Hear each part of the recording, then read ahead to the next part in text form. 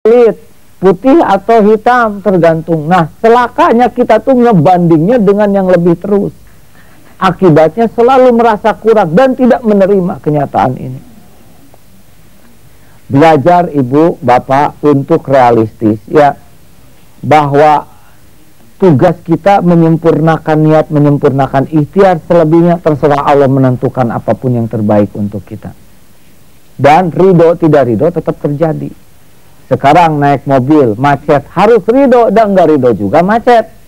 Ini mah naik mobil, baru kiri kanan, kanan, kiri kiri, kiri aja kiri kiri. Pas di kiri macet, pakai ke kiri, coba ke kanan, udah menderita.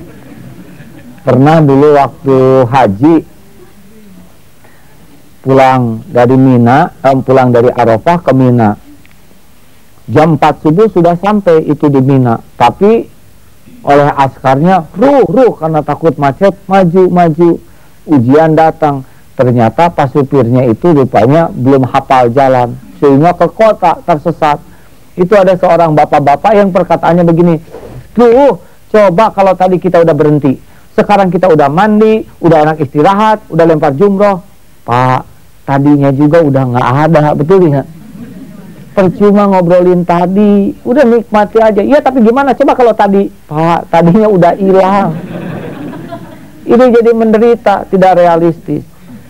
Punya anak seperti yang diceritakan minggu kemarin, ya, anak perempuan semua. Duh, coba kalau punya anak laki-laki, udah jelas nggak ada, dipikirin, ya. Harus realistis, terima. Ridho terhadap apa yang ada itu nikmat. Punya rumah BTN tipe SS. Kalau lihat tipe 36, kecil sekali rumah kita. Pas dibuka, tadinya mau masuk, ternyata keluar. Ya enggak? Saking ngomongnya, enggak ada. Maaf. Tapi kalau kita jalan-jalan ke rumah yang begitu sederhananya, rumah kita jadi bagus. Dulu ketika kami menikah, Bu, jalan-jalan tuh jarang-jarang ke perumahan, nggak mau.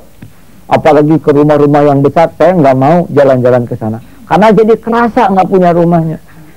Jalan-jalan tuh ke gang yang sempit sekali, yang kumuh, yang tidak ada jendela. Saya ajak jalan-jalan dengan istri. Kalau pulang dari sana, kontrakan kami jadi besar itu.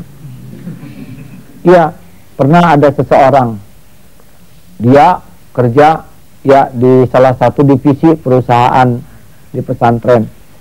Karena teman-temannya yang pergi keluar kota dan keluar negeri itu gajinya 3 kali lipat, maka dia mengatakan, teman-teman saya mah gajinya 4-5 kali lipat. Nggak dijawab. Ajak aja ke sebuah tempat penjualan yang barang-barang bekas yang di pinggir jalan tuh, ya, ada. Kalau di Bandung tuh ada sebuah sebuah tempat yang jalannya tuh kotor, berdebu, jualannya jualan setrika bekas atau radio bekas, alat-alat yang tidak remeh, tidak salah. Tapi lihat, saya tuh diam di sini. Dia merenung saja. Panas, kering, hujan becek, berdebu, belum tentu laku, ke masjid susah, suasananya keras panas. Dek, bandingkan dengan adek sekarang di pesantren kerja, rezeki insya Allah terjamin, gajian, kehalalannya, ibadah terjaga. Tidak usah disuruh ridho atau tidak ridho, dia berhasil menemukan pembanding yang membuat dia lebih bersyukur. Nah, hati-hati ini, ya. Jangan-jangan kita sengsara bukan karena tidak punya, tapi tidak mensyukuri apa yang ada. Ya, kita sibuk melambung melihat ke atas, akibatnya yang ada tidak disyukuri. Ridho begitu, tidak ridho juga begitu.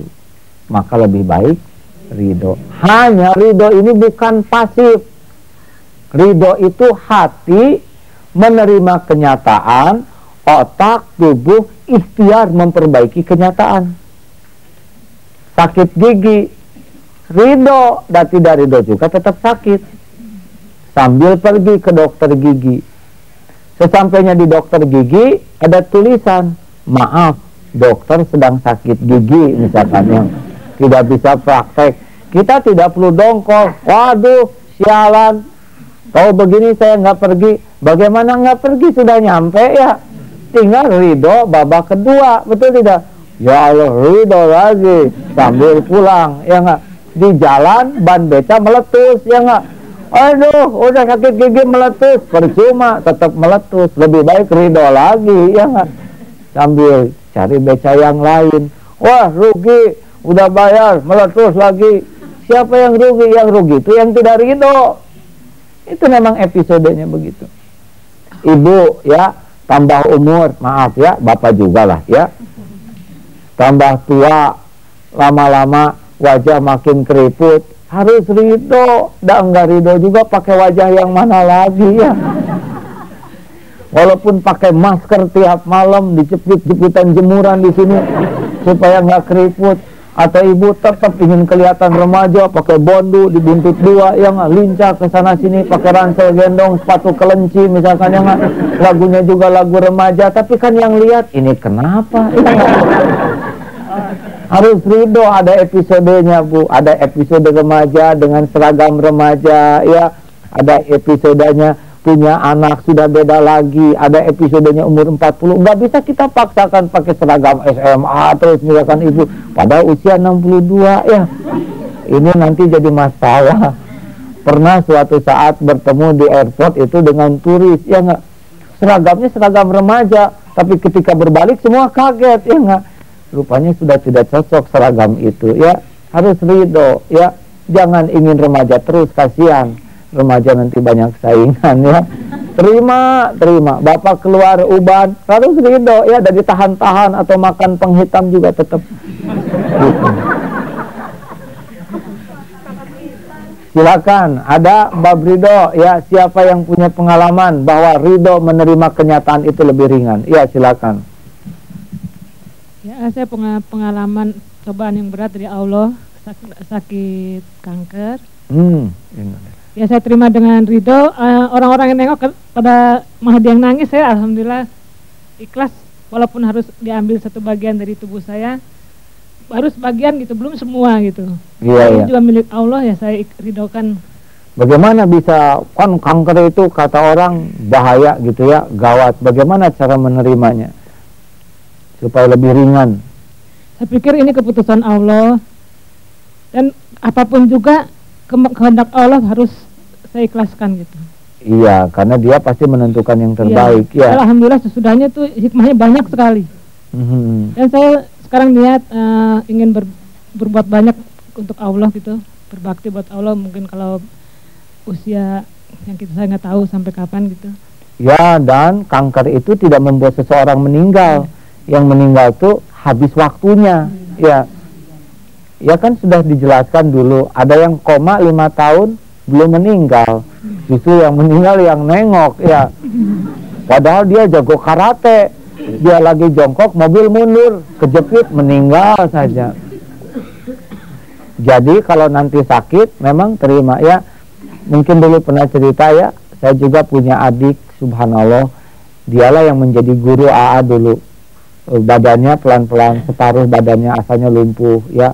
Matanya kemudian jadi juling, telinganya jadi tidak dengar, sehingga ketika kuliah tuh harus digendong, Bu. Ya alhamdulillah kebetulan saya yang bagian gendong bergiliran dengan adik satu lagi. Tapi dia kelihatannya tenang sekali, dan saya belajar dari dia. Sebelum begini tuh beliau yang ngajari. Saya tanya, Dek, kenapa kok ya bisa tenang, nggak keluh kesah, padahal lama-lama nggak bisa duduk, lalu harus berbaring, dan nafas juga harus dibantu terus. Dia mengatakan, ya